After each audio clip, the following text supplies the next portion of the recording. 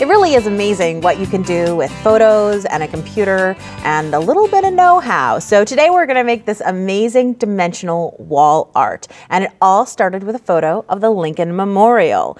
And I think that any photo with a little bit of architecture works best for this technique. So I'm going to go ahead in the software that I loaded on my computer, and I'm going to open the image of the Lincoln Memorial right here from my computer. And it's going to take a moment to open, and boom, there it is. Now you can see I have this pie wedge here, but I actually want to choose a different shape. So I'm going to go right up to my shape selector, and I have so many choices.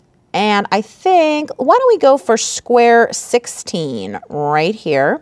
And I just hit OK, and you can see that the shape changes. You may also notice that on the right side, I have this beautiful kaleidoscope. So what I can do now is I can simply enlarge my photo by dragging at the corners. I can reduce the size of my photo, again, by dragging at the corners. I can spin it around so that it fits better.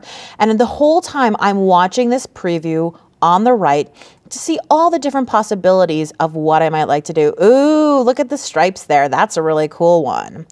And I'm just going to continue to play around until I see an image that really calls out to me. Now you'll notice that it is all black where all these bushes are. So that's just a good thing for me to note, that if I want to have less black, I think I have to make this a little bit bigger. And look, you can make it even bigger than the screen, which I think is really a neat thing. So once I have something that I like, I'm just going to go right up to File, and I am going to print my kaleidoscope. And then there are lots of choices in here of how you do it and what size and all that kind of stuff. You can change the paper size. And we are going to be printing on 12 by 12 paper along with 8.5 by 11 because I have some printouts here that I want to share with you. And as you can see, I've printed it out at 12 by 12. I also have a second printout here, which is also on 12 by 12 paper, though the margins are different. And what you want to do is keep printing it out in multiple sizes so that you have a lot of layers to work with. So I'm going to move my first kaleidoscope over, and I have this template which you can print out from the website. And again, all the instructions will be on the website, and they're going to look just like these instructions do here with photo steps to take you through absolutely everything. So no worries. And I have a pin, and I'm working on a piece of cork. And what I'm going to do is I'm going to take the template and I place it right at the center of that kaleidoscope. And then with a pin, I'm just going to make a little prick at every single place where that line is. And those little pinpoints are going to allow me on the back, because I'm also going to do one right in the center.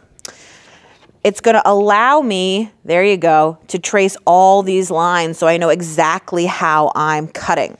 So all I do is I take a pair of scissors. If you're a really exact person, you could certainly use a paper trimmer or a craft knife, but I like scissors because, you know, it's simple, it's easy, it's accessible, you don't have to think about it, and hey, you can get the whole family to help you out.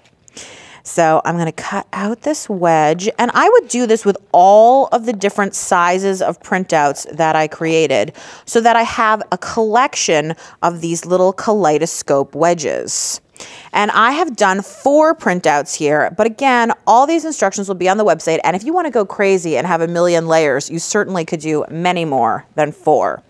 So as you can see here, I have all these different wedges that I've cut, some from the corners, those are the ones that look like this, and some that have the flat top, and they're all different sizes. I have also put some foam adhesive on the back, and that is what is going to give us our dimension. You don't need to cover the whole back with foam adhesive, just a few little spots will do.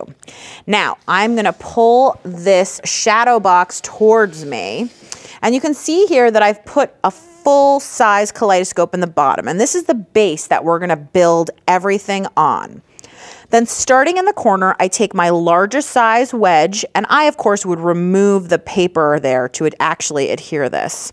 And I simply layer it, and look how it exactly matches, but there's dimension and it makes it a little bit higher. So I just keep building it up higher and higher with my wedges in decreasing sizes, all separated with foam adhesive. And the straight edges work the same exact way. I just simply line it up with the image, And I keep building something so that it becomes almost like a tower of images. There you go. And notice that I did 4 layers here, whereas I only did 3. It's whatever you would like to do, sort of a choose your own adventure. And you can see on our finished project how absolutely stunning it looks. Now, I have to tell you my very favorite part about this project. And it's not just that it's beautiful, but it's that you can kind of have a secret. Other people will look at the art and they'll say, wow, that's so gorgeous. What is that? How did you do it? And the truth is that you know that you're telling a secret story about what the Lincoln Memorial means to you or something like that. Maybe it's a fun secret that you share with a loved one. I'd love to do one of the place where my husband proposed to me. I think that would be a great secret story for the 2 of us to share. I hope you're intrigued with all the wonderful possibilities that come from working with some simple programs on your computer and your favorite photos. We'll be right back.